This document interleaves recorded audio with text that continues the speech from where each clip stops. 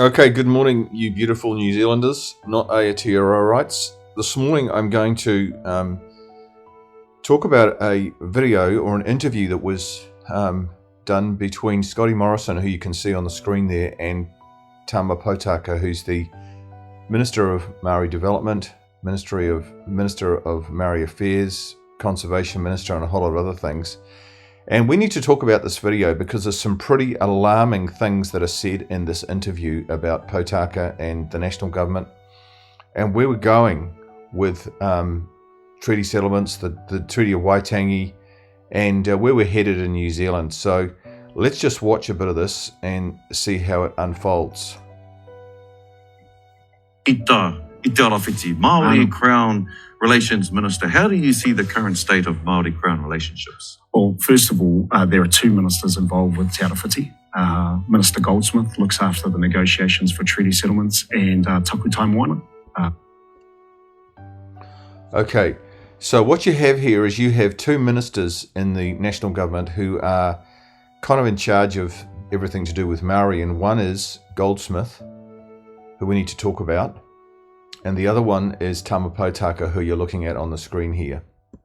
Customary foreshore seabed matters, and I look after a number of other things like events.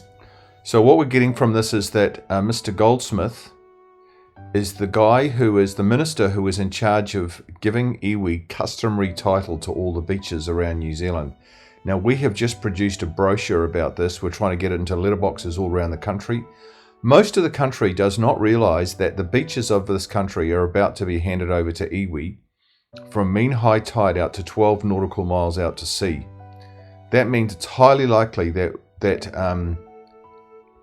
all these beaches, all our beaches, our entire coastline is going to be in Maori control in the very near future, and this is massively alarming.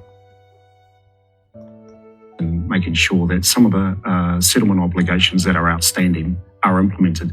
And what my view is that some things are going really well. For example, this week, we've got the first reading of the Orako settlement legislation, or Orako arrangement, whereby the land at Orako, very well-known battle site from the 1860s, has been returned in the name of the tupuna who fought there, and with the management arrangements with Waikato Tainui, Ngāti Manipoto, Ngāti Raukawa. A couple of weeks ago, we had the Taranaki Maunga, first reading of the settlement arrangements for Taranaki Maunga. So I think some things are going really well.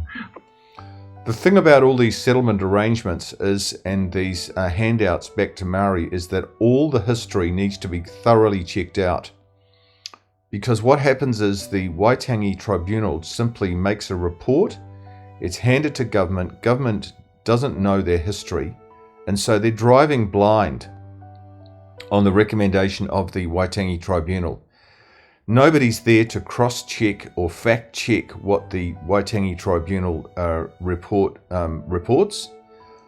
You're not allowed to have anybody cross-examine the Waitangi Tribunal, so it's pretty much like a corrupt organisation putting out corrupt documents, and nobody is allowed to challenge them. So with Araki and Taranaki and all the other settlement proposals that are put forward by the Waitangi Tribunal have a huge question mark over them, and they all need to be fact-checked. But of course they're not. Government ministers are too busy. They don't know, generally speaking, their history, and so they're pushed through just rubber stamped, and settlements just keep on coming and keep on being approved by the government. I think there are also challenges that we've got in this litigation and other matters that are confronting us. So some things are going well, some things we need to work on a little bit more. What are the things we need to work on? Well, I can't really comment on the litigation, but it's well known, Wakatu and other matters. But the Māori Crown Relations portfolio is also responsible for implementing the settlement obligations that are outstanding, and there are over 10,000 of those outstanding. How's that? There are now over 10,000 claims before the Waitangi Tribunal. Now, I want to take you to a document that I've been looking at here, and it's actually Mike Butler,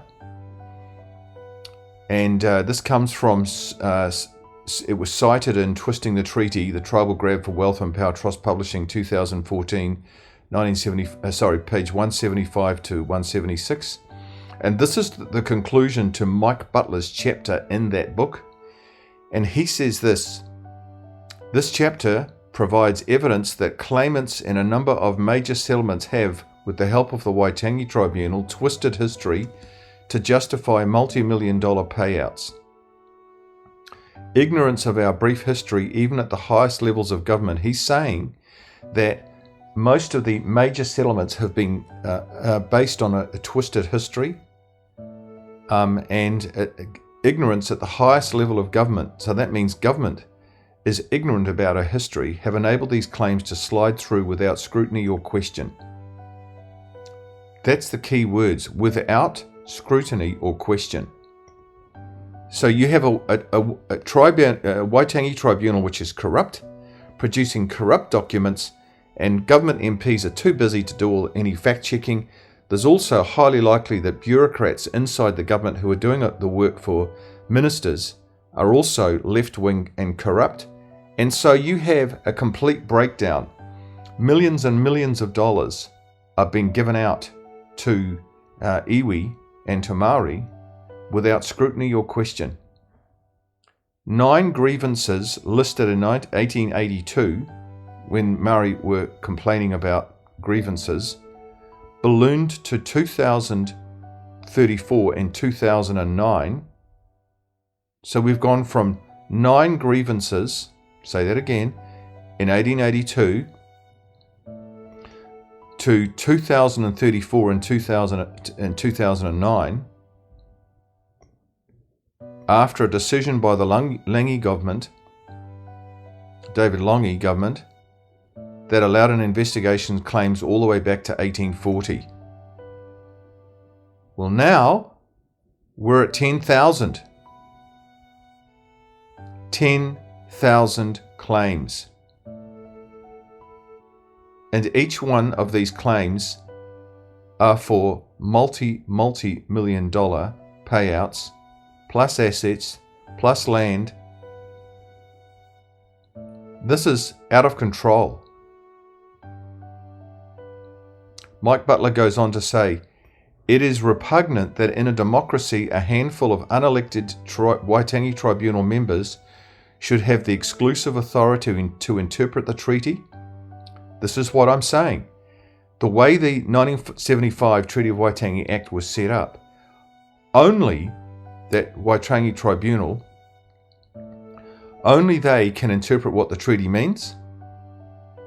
Now, when you follow how people are appointed to that tribunal, they're appointed by the Minister of Maori Development, who happens to be Potaka. Waitangi Tribunal members are appointed by the Attorney General on the recommendation of the Minister of Maori Development, who happens to be Potaka. Who is an activist? Now, if you go to the description below, in the description of this video, you will see an article by Michael Bassett about how the Waitangi Tribunal is stacked now with activists. And you'll also see the thesis of Potaka, which he wrote for his master's degree in law. And it's an activist manifesto. So you have a activist minister of Maori Development appointing people. This has been going on. This is not just Potaka. This has been going on through the whole Labour government in the last, since 2017 to 2023. And we're now up to 10,000 claims. And then Mike Butler goes on to say, and that they continue to do so in a way that undermines the meaning intent of the treaty so as to justify the division of assets and powers along racial lines. In other words, there's a coup going on in New Zealand. Our assets and cash are being plundered. A tribal raid is in progress. And we're now up to 10,000 claims, up from 9 in 1882 It went to 2,034 in 2009, and now 2024 we're up to 10,000. If that doesn't alarm you, I don't know what does. See you tomorrow. I'll do part 2 tomorrow.